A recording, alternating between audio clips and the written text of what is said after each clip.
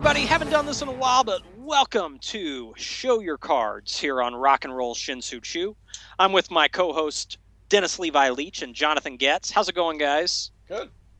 Excellent, excellent. Well, you know what? We're going to share some cards here with our fans. These kind of dovetail with some of our recent topics on the show, as well as some of them are just really cool cards. So, Levi, I'm going to go ahead and start with you, man.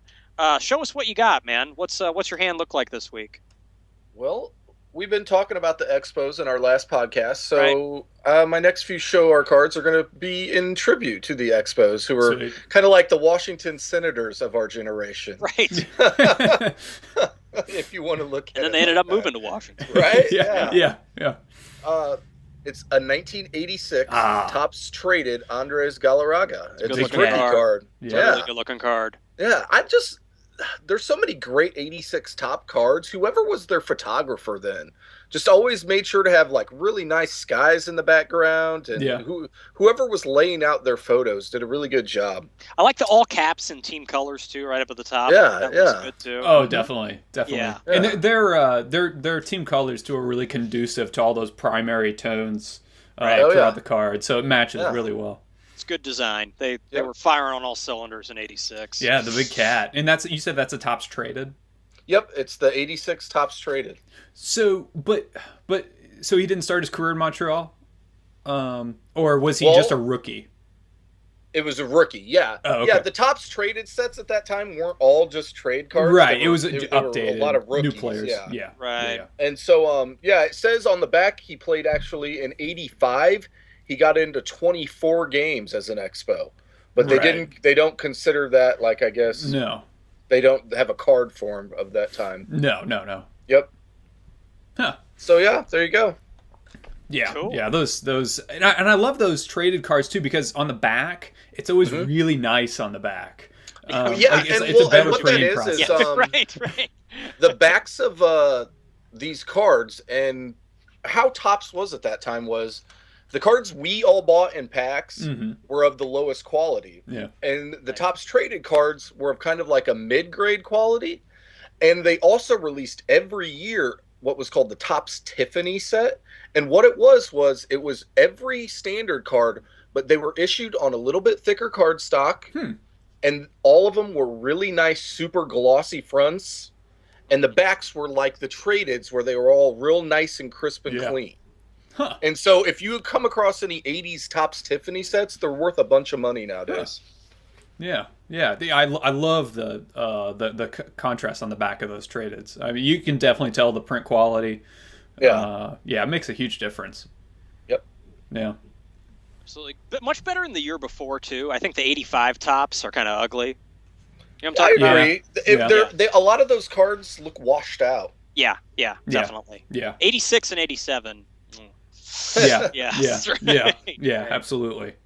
88 kind of off. 89 was good again. It's 89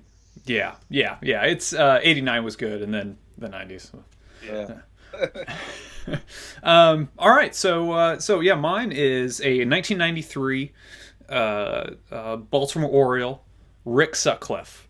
Nice. And the main reason I have this is because I just thought he looked a lot like Mac DeMarco in this photo, and I'm starting to wonder if maybe he's Mac DeMarco's father, because the age would make sense. It would add up. But Mac DeMarco being the indie singer-songwriter extraordinaire with a few good records under his belt.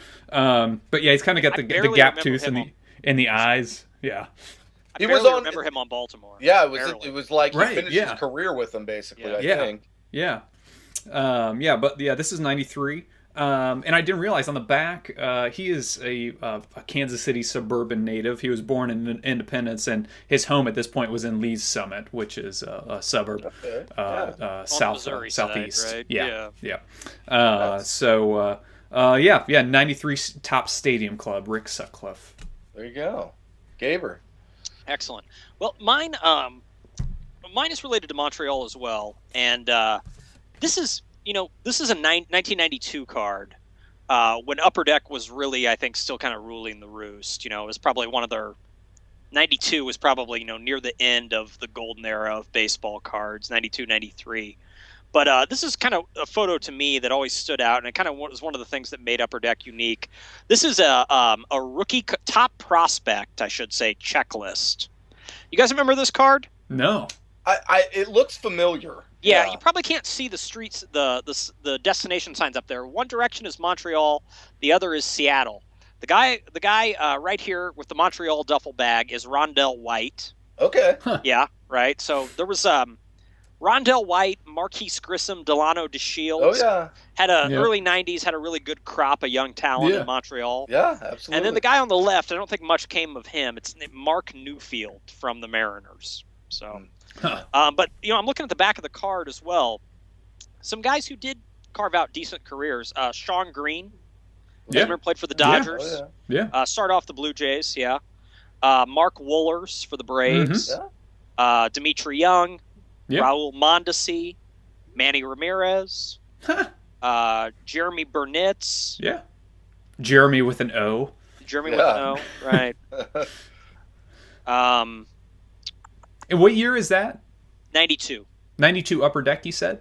Yeah, 92 Upper Deck. Huh. I don't know if I've ever seen that card. It's a really good looking card. It looks familiar. I vaguely remember that front.